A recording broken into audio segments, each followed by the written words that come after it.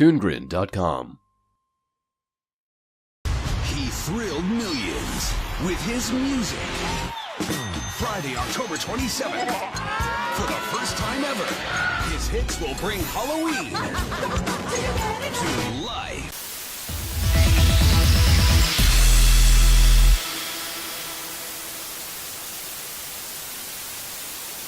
Hello and welcome to Watchin' Stuff, the show about watching stuff, and happy Halloween, everybody! Ooh, a special, very quickly done Halloween episode. Ooh. Yes, in desperation to bank on something that aired on television. That's what it's all about. That's actually pretty much the pretense for this entire film when you get down to it, is that you're banking on something. In this case, it's banking on Michael Jackson. He's been dead since, 2009? Yeah, 2009, he unfortunately passed away. But 2017 has been in the year where we just dragged out those dead bodies to put them up again, to basically say, yeah, those existed. Prop them up. You gotta prop them up. Yeah, because we just saw the Tom and Jerry version of Willy Wonka and the Chocolate Factory, and that was awful. That was delicious. Be sure to click the card above our heads, too, to watch that one. We did a watch of stuff on that masterpiece, too. Oh, yeah, it was a certain masterpiece. You gotta love Tuffy in that the most.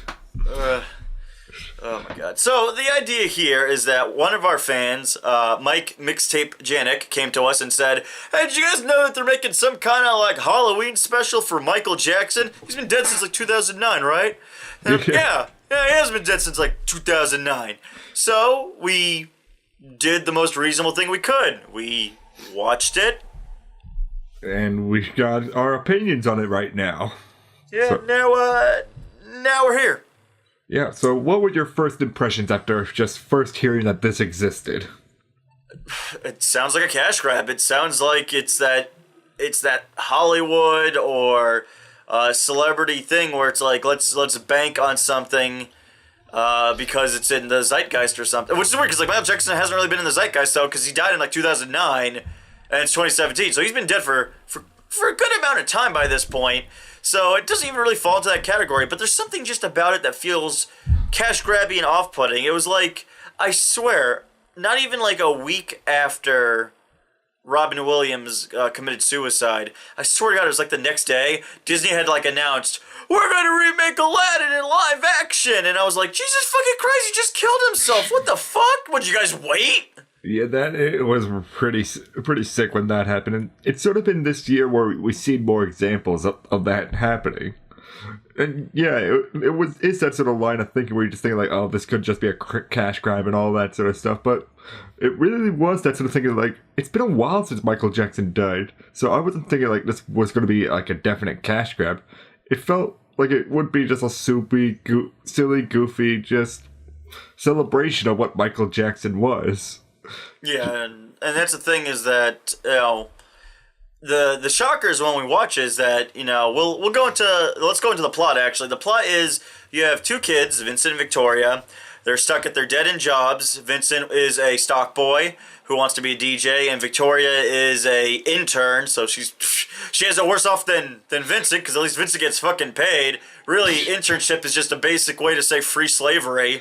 Yep, hooray! Shit, I just realized something, dude. What's that?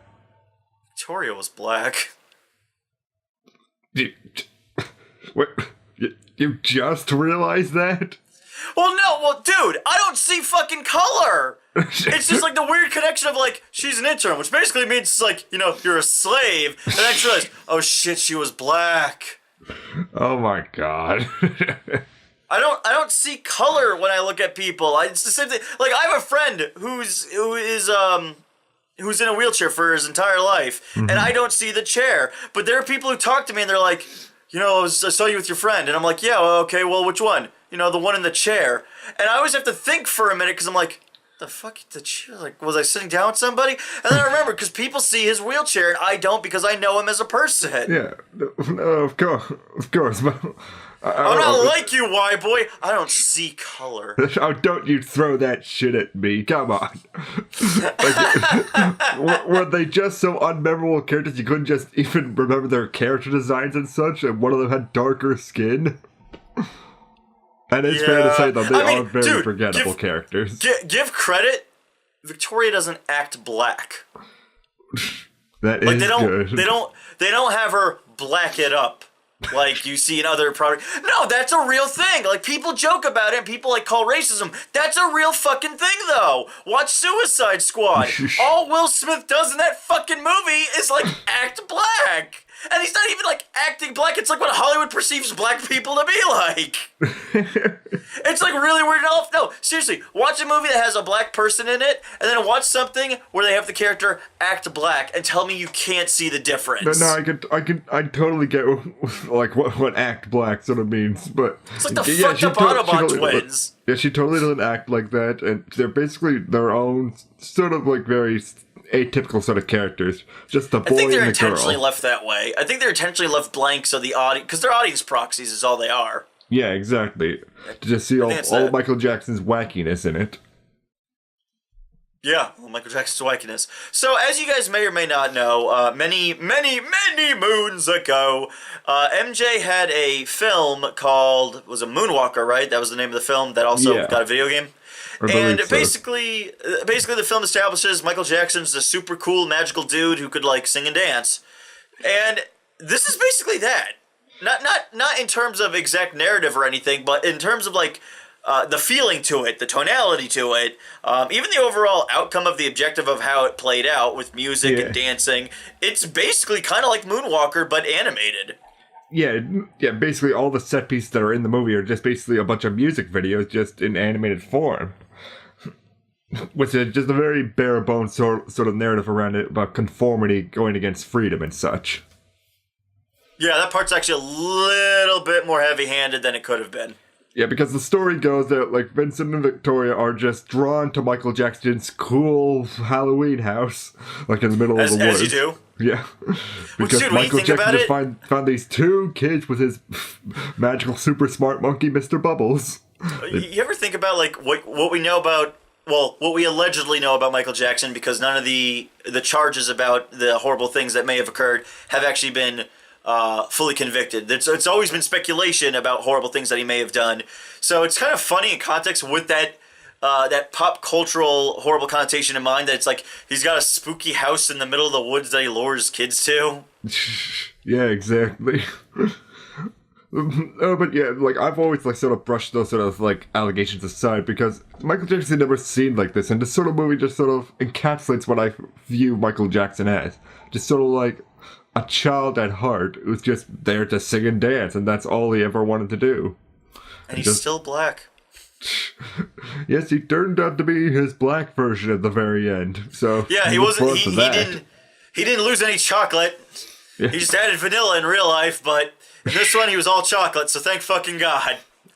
Because actually, the funny thing is when you see him in his bat form. Yeah, by the way, this is the thing. Michael Jackson's totally magic in this. When he's in his bat form, he's got the vanilla face, and it's just like, ugh. That's off-putting. So Michael Jackson was a werewolf, and now a zombie, and now he's a vampire. If he was vanilla Michael Jackson in this, do you think he would have been played up as like a ghost or something because of how pale he was? That would have been funny if they did. It's just food for thought, I mean.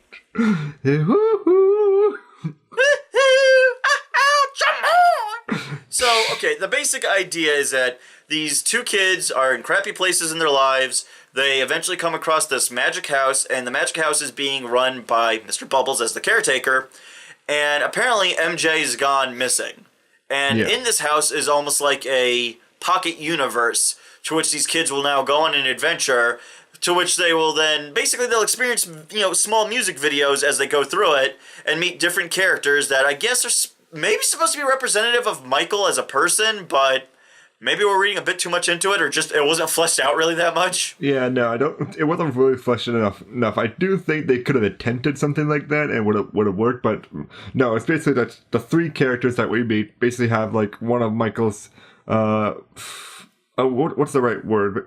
Basically iconic wares. Like one of them has the glove, one of them has like the sparkles on his shoes, and the other one, I guess sort of like the body structure that he has is definitely Michael Jackson like.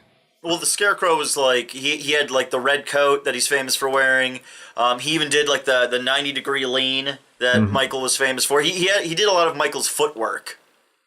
Yeah, that So, like, was the stuff definitely that what he was, like, he coming had, for had that. to come to the table. Then the next one was a sort of like the general of the house, was his Michael's one magical shiny glove.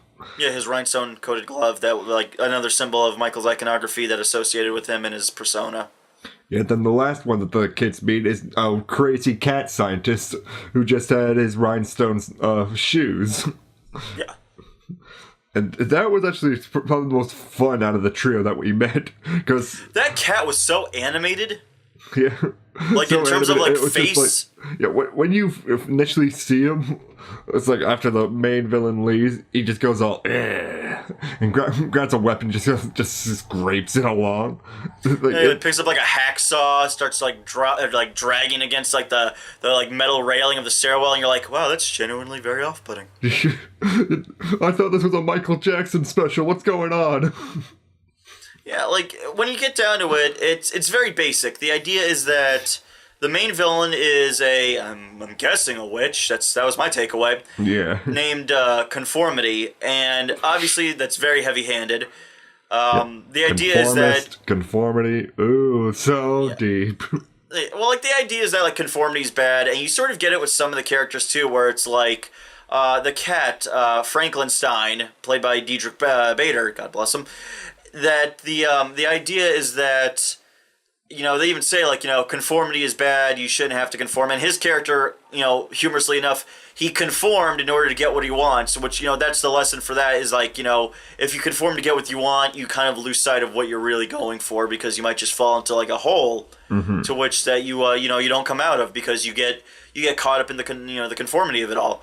And I thought that was kind of clever, but it seemed also kind of heavy-handed, because they flat out just have a line where someone does flat out say, like, you know, conformity is bad, and you're just like, yeah, okay. You can't get rid of singing and dancing. Yeah, which is weird, because, like, I don't remember that being a thing. Like, is that a thing in 2017 that you and I are blissfully unaware of? That, like, we can't have singing and dancing? Of course dancing's prevalent now more than ever. Does no one remember Pennywise and his amazing ability to drop it down hard? Maybe we just entered the Footloose world. Just like, dancing is outlawed. We need to dance. Yeah, I guess. Maybe this is canon to Footloose. Is Michael Jackson canon to Footloose? I don't see why not. Yeah, why not? So, as for the characters, we have Vincent and Victoria. The detriment to Vincent and Victoria, though they're played well, Lucas Till plays Vincent and Kiersey Clemens plays Victoria, they're very bland protagonists. I'm pretty sure they're just made there to be an audience proxy, so anybody watching this could, like, connect, like, oh yeah, I'm in a shitty place in my life too. Damn, I wish I knew Michael Jackson so he could dance, and he's rich. Yeah, it also adds to the fact that, like, Vincent in particular was wearing a shirt with MJ written right on it. What kid in 2017 is wearing a Michael Jackson shirt? Yeah, and Victoria was just wearing, like, angel wings, which I'm guessing was probably some Michael Jackson merch as well. Well, if you look, they were back to back, so they were in the shape of an M. Right, yeah. Yeah, you see all them 20-somethings wearing all the Michael Jackson merch nowadays. Oh yeah, nonstop. I mean, everywhere I go, it's like every place. I go to the mall, there's Michael Jackson. I go to watch TV, there's Michael Jackson. I go to Michael Jackson's mausoleum, there's Michael Jackson. That one makes sense though, because he's dead. Yeah, exactly. Can't stress that enough. He's dead. The characters you meet a scarecrow called Heyman, who he fits. I get because, like, personality-wise, this isn't really about character depth. It really isn't. This is more like, I think I said this to you when we watched it. We said, like, it's kind of Fantasia-esque. Yeah, it's all about more showing the music and the emotion through the music and such, rather than just like a deep narrative and such. Because most of these characters are basically just sort of like examples towards that theme that we were talking about with conformity versus freedom and dancing and such. So Heyman is basically the conformist who basically is trying to get as much fun as he can on the side, but being all timid about it. Yeah, like he's not being forthcoming with the idea of fighting against conformity. He rather, we'll conform, but, you know, on the side we'll still be able to try and do the fun we have, but we're too afraid to actually take the risk. Yeah, which is what Vincent was doing at the beginning of the movie, as he was just playing with his doing his DJing in the back room of his supermarket. Yeah, so there's that parallel with that. Then we have the General Merriweather, which is like this big spider. I'm not too sure where I'm supposed to take the allegory from this, because I guess the conformity comes from the fact that they're militaristic, they're all dressed the same. I believe this was a parallel with Victoria, who's basically conforming to basically go up in the ranks and such, like a military sort of thing. Yeah, I guess it's like allegorical for her job and how she does what she's told. But in the end, it's the fact is, yeah, even if you work at your job and you want to get up the corporate ladder, you could conform to try and progress forward up there, but you run a risk of losing your individuality. In a thematic sort of standpoint, I think this is actually pretty strong, if definitely very heavy-handed. Heavy-handed in some parts, and maybe too light-handed in some other parts where it just seems kind of weird. Yeah, I think definitely with the first two characters, it was definitely done well enough that you can actually say, like, oh yeah, that's actually pretty clever. Then the third one was just like, conformity is bad. Yeah, like, because they only had, like, the two characters. They had Vincent and Victoria. Then when they got to, like, the third lesson, it's like, and conformity sucks, man! Oh, okay. Well, that one was conformity. That one was actually less clever than the previous two. So, yeah, I mean... And Vincent and Victoria, who've been acting pretty regular for, like, going into this magical house and all that, just instantly just thinking, like, we gotta stop conformity, we gotta just beat conformity completely. I mean, come on, man. When they first walk into this hotel and there's Mr. Bubbles is at the front desk, voiced by Brad Garrett, no one questioned the fact that there's a talking chimp operating the desk. Well, they both questioned. They were just like, what is this? And then they just sort of moved on. Maybe they were just thinking, like less questions is the better for us. Yeah. So, they have that. In terms of animation, okay, you and I have seen a lot of animated films. Some direct to the DVD market, some to the theatrical market. In terms of animation, especially because CGI always kind of gets the bum rap when it comes to the direct-to-DVD or television market in terms of animation. Really. CGI takes a lot of time and money to make. It's very difficult. Mm-hmm. Yeah, and CGI really gets the bum rap with a lot of people just thinking like, oh, there's just no really good CG movies other than Pixar. Pixar is just the top one. Well, there's the big three is like there's Disney and Pixar, which I consider one company in my opinion. DreamWorks.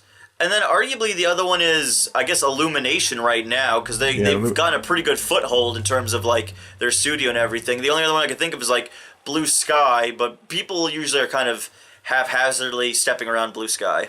Yeah, really. And the company that worked on this one is Splash Entertainment, which you may remember did the animation for Norm of the North. That other classic movie that came out recently. Was that this year? No, I think it was last year, because I know we reviewed it for one of our first Watchin stuffs. Because wasn't that a treat? Yeah, well, there you go. And also, if I recall, these guys are also doing the Alpha and Omega flicks that you've been tackling on your show, Yes, Cartoon I Corner. believe they did some of the later ones. What was it? Journey to Bear Kingdom and all that. So, yeah. Have you gotten to that one yet? But, have you gone to that one yet? No, not yet. We still have to do family vacations and all that, so that'll be coming out in a later time. Don't worry, that's going to be a fun review. Fun review in quotation marks. But in comparison to all that other crappy work in this one, this was definitely one of their strongest entries that I've seen of them recently. Yeah, in terms of, like, because they've done, like, Bratz. They actually worked on the 2002 He-Man show, which was actually pretty well animated. That was traditional animation too. Yeah. That wasn't CGI. That was it was probably still digital, but it looked like it was hand drawn. So yeah, they worked on Butt Ugly Martians too. Well, you know what? There's never been a more perfectly aptly named show because that lived up to the name. It really did. You did a good job with that one, Splash. Yeah. I think in terms of animation, this was pretty solid. Like the fluidity of like, hey man, and when Michael himself shows up, they really capture how Michael used to dance. And Michael, for people who don't know, for the younger audiences, when Michael Jackson, when MJ used to dance, he was very, very liquid with how he moved. It was almost like the man didn't have a skeleton. He was just so fluid on the dance floor. It was truly like there hasn't been a dancer like Michael. Yeah, there really hasn't. Yeah, he was like, there are the good king dancers, back but then. Yeah, that was one of his names. He was the king of pop. Right. Like, that's the thing. He was the king of pop. He had an amazing voice, and he had the dance capabilities to match it. And I feel like this movie, in terms of animation, they did capture, his movement, how he articulated his body. They did the lean, they do the moonwalk, they do the Thriller dance. I feel like that they do capture that. I think where the animation kind of flubs is some of the lip syncing. I don't know if it's because if maybe this was is Splash, is that like an overseas studio? Is that in another country? No, it was done in the United States, country of origin. I see it on Wikipedia and all that. That's weird, because like something about the lip syncing on like especially Mr. Bubbles is very off-putting, where it looks really kind of bad. Yeah, really. And I thought at the very ending with the Thriller dance and all that, basically all our background characters were a little bit more stiff in comparison to Michael Jackson. Yeah, but you're gonna put all that emphasis on MJ's dancing anyways, because that's your center stage performer. Oh, I know that, but consider like movies like Moonwalker and such. They didn't make all the background dancers all slightly bit shitty to make Michael Jackson look better. They basically moved all at once, basically put the whole music video up on top and such. It's almost like they all conform to Michael Jackson. Wait a minute! Michael Jackson, you conformist! Oh my god! Oh shit! Oh fuck! No, Nero, calm down. You're not conforming. Oh my god, conformity's bad. That's what the movie was teaching us. I pulled my curtain back. Oh my god! You're ruining the magic. You're ruining Michael Jackson's Halloween magic. Where's Michael Jackson when I need him most? Well, it was in the moon at one scene, just giving you a wink. Yeah, he's right up there with Tim Curry. But what would you consider Michael Jackson's magical Halloween to be, Nero? What would you rate it? I'd say this was a good watch, in all honesty. For something I expected to be a cash grab on a dead celebrity, and a tragic dead celebrity at that, because he dealt with so much persecution from the emotional abuse from his family to the fact that, everything that happened from the allegations that came out. The idea that they were going to make a animated film based on him now seemed not even scummy, because he's been dead for a long number of years now. So, the time has passed where that wasn't going to be a big problem. Yeah. But there was just something about it where it's like, dead celebrity, let's bank on the name. Like, as if he's some kind of fucking brand or something, when he was a dude, he was a person, he was a guy just like you or me, who wanted to do what he loved. He loved to sing, he loved to dance. Yeah, he hung out with younger people, but the belief from that also stemmed from the fact that he never actually had a proper childhood. He was basically abused at a young age to grow the fuck up, be a celebrity. He didn't have a chance to actually be a child, so he was recounting that in his youth. So there's always this off-putting idea of that whenever you base a property based on a dead person, and especially because if it's someone who had a kind of checkered past like he kind of did, unfortunately, it sort of feels like it would have been in bad taste. But coming out of this, I'm actually really surprised. The animation's pretty damn good for the most part. The voice acting actually is very good. None of the voice acting was actually bad in any way. And, the music's Michael Jackson, so it sounds fantastic. Yeah, I would give it a good watch as well. Definitely with the music and such, and definitely your comparison to Fantasia was very apt for this, because it's all about sort of the emotions of it. Like, we did discuss it while watching the movie, just like, should this have had a narrative and all that? Would it have been better if it was just like a bunch of music videos like Moonwalker was? And, yeah, I'm just sort of been back and forth on that, because it could have been all music videos, but it would have just been like Moonwalker again, and we already had Moonwalker way back when. So doing this sort of new spin on it, basically making a Halloween special all about Michael Jackson, really just sort of encapsulates everything that we like about Michael, like his weirdness, his fun emotional center and all that. And just the final song of the whole piece is the Thriller dance and all that. Which so we had said too, remember when we started, we said, they gotta use the Thriller dance at some point, right? And you're like, oh, come on, Nero, I mean, if they don't, this'll just be shit. It's Halloween, for fuck's sake. Oh, and I do have to mention this. We finally got a good musical this year that wasn't like ham-fisted or anything like that. It wasn't like Sing who just like had at the beginning and end. I still would not categorize Sing as a fucking musical. You don't sing in the opening and sing at the end, but none in the middle. That's not a fucking musical. It's a pretty crap musical, but we finally got one with this. So if you want a actually good musical that actually gets you pumping and dancing and such, Michael Jackson's Halloween will deliver it to you. Yeah, so you and I agree then. It's a good watch. We both agree on this. Yeah, definitely. Like if it came out on DVD, I'd probably just get it to like put into my Halloween collection to basically watch every year. It's just that fun. I think it's not. It has that feeling of, I don't want to say like, oh, this will be a classic for the ages, because one, if you're a kid, you probably don't know who MJ is. That's just the truth. You probably don't know who MJ is. I do think kids would find it fun though. I think so. Like, I think they'll enjoy all the other stuff. Like, there's singing, there's dancing, there's some cool monsters you get to see. Kids hanging out with monsters. Children love that. I know I love that growing up. I think the part where kids are going to be like, they're like, once MJ shows up at the end, I mean, they'll probably be like, who's the black guy in the red jacket? Yeah, who's that singing Magical Man?